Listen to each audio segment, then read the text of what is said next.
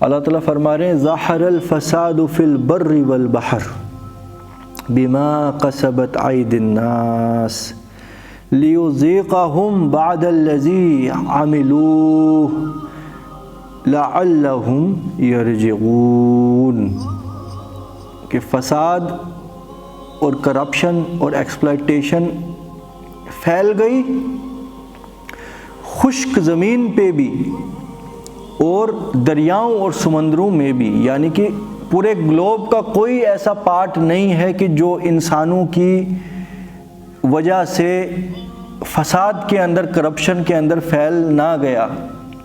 اور کیوں؟ کیونکہ انسانوں نے اللہ تعالیٰ کی فطرت کے حساب سے اپنی زندگی چلنے نہیں دی، وہ شیطان کے بہکاوے میں آ کے اللہ کی تخلیق کو بدلنے کی کوشش کرنے لگے، اللہ کے لاز کو چینج کرنے کی کوشش کرنے لگے، اپنی فطرت تک کو بدلنے کی کوشش کرنے لگے، جس کے رزلٹ کے اندر فساد پھیل گیا۔ اور یہ جو فساد پھیل گیا نا، اس کی وجہ سے جو اب اس فساد کا ایفیکٹ ہے وہ انہی انسانوں پہ آ کے پڑنے والا ہے۔ تیری تہذیب اپنے خنجر سے خودکشی کر لے گی، جو شاخ نازک پہ آشیاں بنے گا ناپائیدار ہوگا، کہ جب انسان نے اپنے من پسند لا چند ایلیٹ کلاس لوگوں کو پلیز کرنے کے لیے بنائے اور باقی سب انسانیت کو انہوں نے غلام بنا کے رکھا، اور جو بھی سسٹم تھے وہ انہوں نے اپنے من چلتے اپنی پریورٹیز کے حساب سے ڈیسائیڈ کیے۔ وقتی طور پر تو ان کو محسوس ہوتا تھا کہ یہ ہمارے لیے فائدہ مند ہے، مگر الٹیمیٹلی ان کا ان دا لانگ رن جو رزلٹ نکلا اس کی وجہ سے فساد زمین اور خشکی یعنی پورے گلوب میں پھیل گیا۔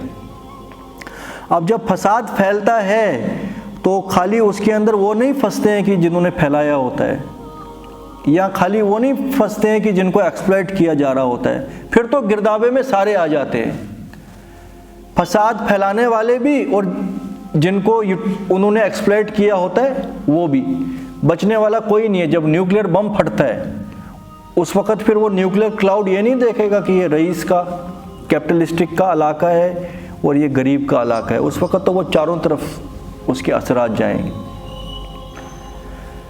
تو اللہ تعالیٰ فرما رہے ظہر الفساد فی البر والبحر بما کسبت ایدی الناس، اور یہ اللہ نے ظلم نہیں ان پہ کیا دنیا کے اندر فساد پھیلا کے، یہ ان کے اپنے ہاتھوں کی کمائی ہے۔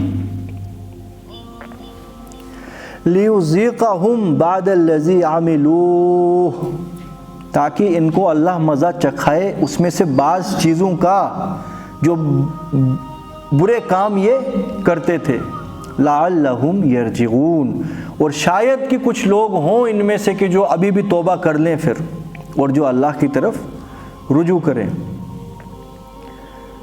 ہر قرآن کی آیت کی طرح یہ آیت بھی اپنے اندر علم کا خزانہ اور حکمت لے کے موجود ہے، تو اپنے اپنے کیپیسٹی کے حساب سے اللہ کی اس آیت کے اندر سے علم ایکسٹریکٹ کرنے کی ہم کوشش کریں۔ آپ مجھے بتائیے، دیکھیے دنیا کا اکثر اور بیشتر سرمایہ جو ہے وہ کن چیزوں میں یوٹیلائز ہوتا ہے؟ کسی بھی کنٹری کی ویپنری میں، وار فیئر میں، اور ٹاپ کلاس وار فیئرز میں آتا ہے نیوکلیر ویپنری، جبکہ اس ملک کے اندر 70، 80، 90% لوگ ایسے جو ہوتے ہیں کہ جو غلامی کی زندگی جی رہے ہیں۔ نام غلام نہیں ہے، نام ایمپلائی ہو سکتا ہے، مگر ہیں وہ کچھ نہیں سوائے اس کے کہ بکے ہوئے لوگ جن کی زندگی صبح سے شام تک خریدی گئی ہے چند دہلوں کے عوض۔ ان کو یہ بتایا جاتا ہے تمہیں ایسی کمر توڑنی ہے پھر ہی جا کے تم زندہ رہ سکتے ہو۔ یہی ایجوکیشنل سسٹم ان کو بچپن سے پریپیئر کرنے کے لیے تیار کیا جاتا ہے، جبکہ ایک ایک بم جو ہے وہ اتنے زیادہ سرمایے کو یوٹیلائز کر کے بنتا ہے کہ اس کے اندر لاکھوں لوگ ایڈجسٹ ہو جائیں، ان کو کسی کے غلامی کرنے کی ضرورت نہ پڑے، ان کی زندگی سموتھلی نکل جائے، ان کا میڈیکل سسٹم اتنا زیادہ ڈیولپ ہو کہ کسی کو جی اپنا آپ بیچ کے علاج نہ کرنا پڑے۔ کتنا ایزی ہے ایز کمپیئر ٹو بڑے بڑے بم اور ویپنری کے اندر یوٹیلائز کرنا. انسان حیران رہ جاتا ہے کہ جو ٹرن اوور دیکھتا ہے نا کہ ایک کنٹری کا ٹرن اوور ویپنری کا کتنا ہوتا ہے. انسان حیران ہو جاتا ہے کہ ٹریلینز آف ڈالرز. وہ سب کچھ کون کر رہے ہیں؟ کیپٹلسٹک کر رہے ہیں نا. اور اس میں فائدہ کس کا ہوتا ہے؟ سرمایہ دار، ویپنری بنانے والے اور ٹاپ ایلیٹ کلاس. اور وہ ٹاپ ایلیٹ کلاس کنٹرول کیے ہوتی ہے پولیٹیکل سسٹم کو، ہے کہ نہیں؟ اور بن کیا رہے ہوتے ہیں؟ یہ سب چیزیں کس میں یوٹیلائز ہو رہی ہیں؟ بم بنانے میں. اور وہ جو بم بنانے والے ہیں ان کو کیا لگتا ہے ہم جی ملٹی ملینئر ہو گئے، مگر ان کو یہ پتہ نہیں ہے اگر اس ملک میں ہم ملٹی ملینئر ہو گئے تو دوسری طرف دوسرے بھی ملٹی ملینئر ہو گئے، کہ جو آپس میں ایک دوسرے کے دشمن بھی ہیں، ہے کہ نہیں؟ اگر ایک کنٹری نیوکلیئر وارفیئر استعمال کرے گی تو دوسرے کیا کریں گے؟ دوسرے بھی تو وارفیئر استعمال کریں گے نا. تو اپنی خودکشی کا سامان خود جمع کیا ہوا ہے، مگر احساس نہیں ہے کہ یہ کبھی یہ جو بم ہے یہ ہمارے ادھر بھی پھٹ سکتا ہے. تو کتنا بڑا آفت انہوں نے اپنے مول لے لی ہے دنیا نے.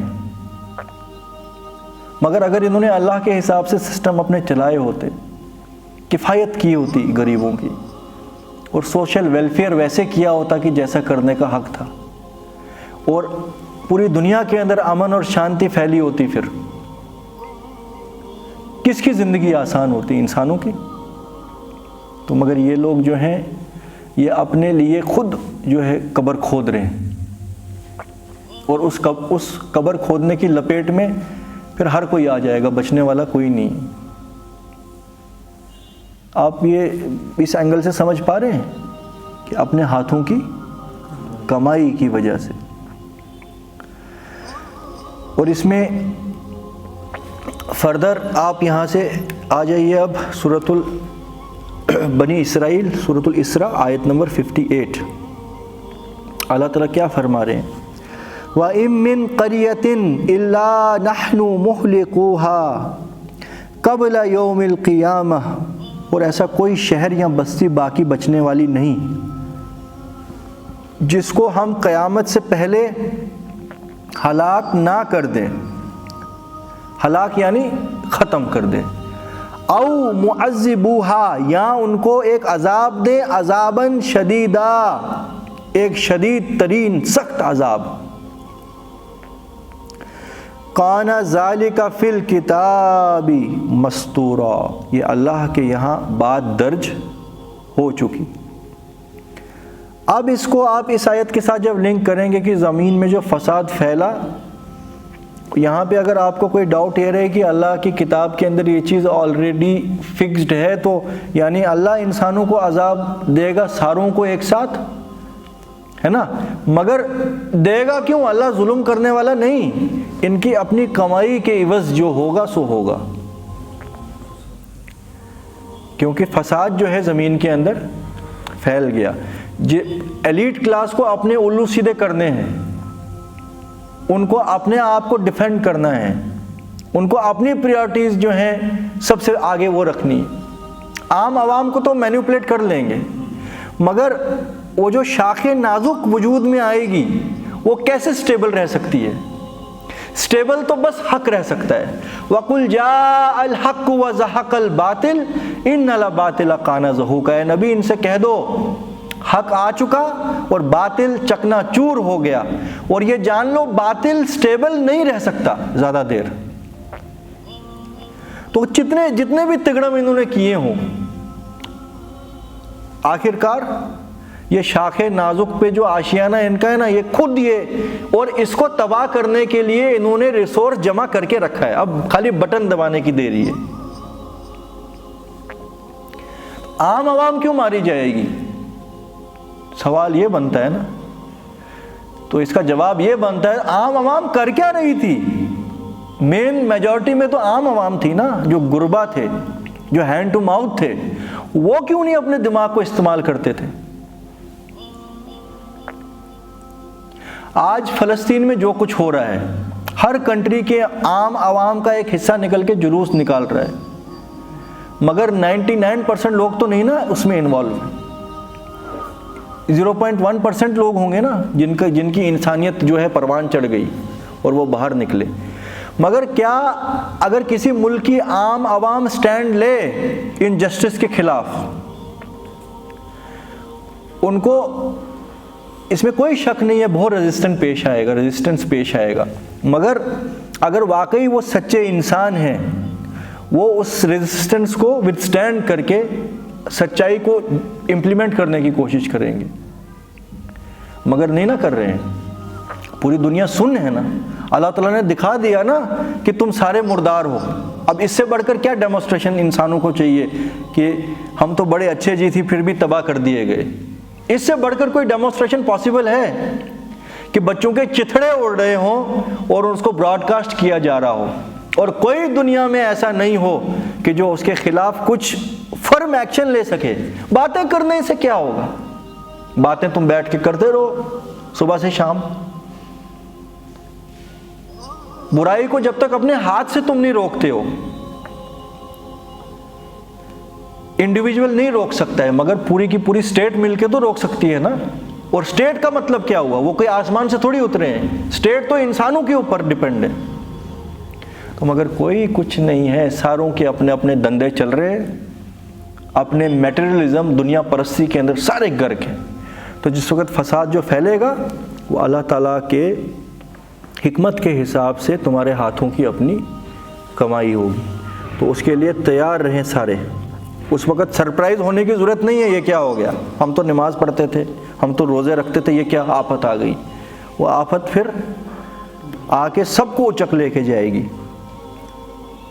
اب آپ سورۃ الدخان، دخان کا مطلب ہوتا ہے دھواں، اسموک، آیت نمبر 10 پہ آ جائیے۔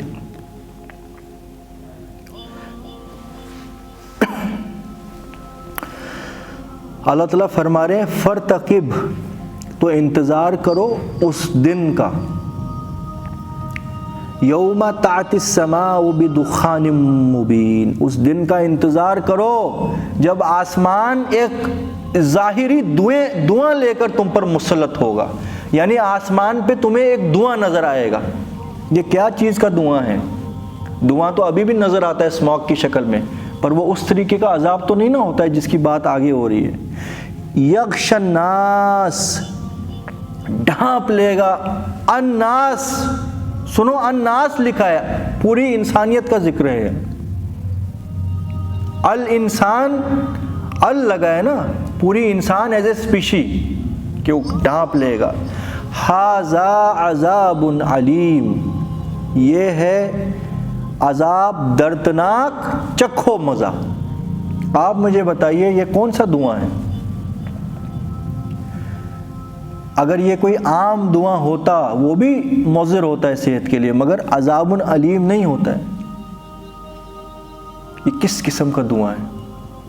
پہلے آگے پڑھتے ہیں پھر پتہ لگے گا۔ ربنا اکشف عنا العذاب انا مؤمنون، اور اس دن یہی لوگ کہیں گے کہ اے پروردگار ہمارے، دور کر دے اس عذاب کو ہم سے، ہم ابھی ایمان لے کے آتے ہیں، اب ہم سدھر جاتے ہیں، اب ہم سچائی پہ آ جاتے ہیں، بس یہ عذاب ایک بار تو ٹال دے۔ انا لہم الذکریٰ، مگر وقت اب بیت گیا۔ اللہ تعالیٰ فرما رہے ہیں ان لوگوں کے لیے نصیحت کہاں؟ وقد جاءہم رسول مبین، ان لوگوں کے پاس تو پے در پے کھلے رسول، کھول کھول کے بیان کرنے والے بھیجے گئے، یعنی تمام انسانیت کے لیے نبی کریم صلی اللہ علیہ وسلم تو آخری رسول تھے، ان کو میسیج دے کے اللہ تعالیٰ نے بھیجا، اور میسیج موجود تھا دنیا میں، مگر انہوں نے پوری زندگی کا وقت بھی ان کو دے دیا گیا، لائف سپین، پھر بھی یہ سدھرے نہیں، تو اب کہاں سے نصیحت حاصل کر لیں گے؟ ثم تولوا عنہ فقالوا معلم مجنون، مگر ان ظالموں نے ان رسولوں کو اور خصوصاً نبی کریم صلی اللہ علیہ وسلم کے بارے میں ذکر ہے یہاں، ان کو کہا کہ یہ لکھایا پڑھایا باولا ہے۔ استغفر اللہ، یعنی ان کی بات ماننا تو بہت دور کی بات، اتنے متکبر تھے، انہوں نے تو انہی کے اوپر جو ہے تہمتیں لگانی شروع کر دی۔ اس کے بعد غور کرنے کی بات ہے یہاں پہ، اِنَّا کاشف العذاب قلیلا، لو میں کچھ دیر کے لیے عذاب کو ٹالے دیتا ہوں، اِنَّکُمْ عَائِدُونَ، اور دیکھو تم پھر اپنے اسی برے راستے کے اوپر آ گئے، یعنی تم پھر سدھرے نہیں۔ پھر یہاں پہ کنکلوژن بتا دیا ہے اس آیت میں کہ یہ جو عذاب تھا یہ عذاب صغیرہ تھا، چھوٹا والا عذاب، من دون العذاب الاکبر، اس بڑے عذاب میں کیا کرو گے جو کبھی ٹلنے والا نہیں ہے۔ یوم نبطش البطشۃ الکبریٰ، جس دن ہم سخت پکڑیں گے، انا منتقمون، اور سن لو ہم انتقام لینے والے ہیں، بچنے والے تم نہیں ہو۔ یعنی دنیا کے عذاب میں جو گئے وہ تو بڑا ٹیمپریری عذاب تھا، ہلاک ہو گئے، تڑف تڑف کے مر گئے، بات ختم ہوئی، مگر اصل میں جو ڈرنے کی چیز ہے، جس سے ڈرنا چاہیے، وہ ہے وہ بطشۃ الکبریٰ، وہ پکڑ کی جو سب سے بڑی خبر ہے، سب سے بڑی خبر ہے، انا منتقمون، اور اللہ تعالیٰ فرما رہے ہیں ہم انتقام لیں گے۔ آپ یہ سمجھو کہ جس سے پھر اللہ تعالیٰ انتقام لینے کے اوپر اڑ جائے، اس کو پھر بچانے والا کون ہے؟ اور ہونا چاہیے انتقام ان کا، جو آج ہم دیکھ رہے ہیں، کیوں نہیں ہونا چاہیے انتقام جو آج دنیا میں چل رہا ہے؟ ان لوگوں سے تو انتقام لینا چاہیے نا، اور ان سے انتقام کوئی انسان نہیں لے سکتا ہے، ان سے انتقام رب العالمین ہی لے سکتا ہے، اور وہ اچھے سے پھر انتقام لے گا ان کے جو بھی مذاہب ڈال رہے ہیں آج۔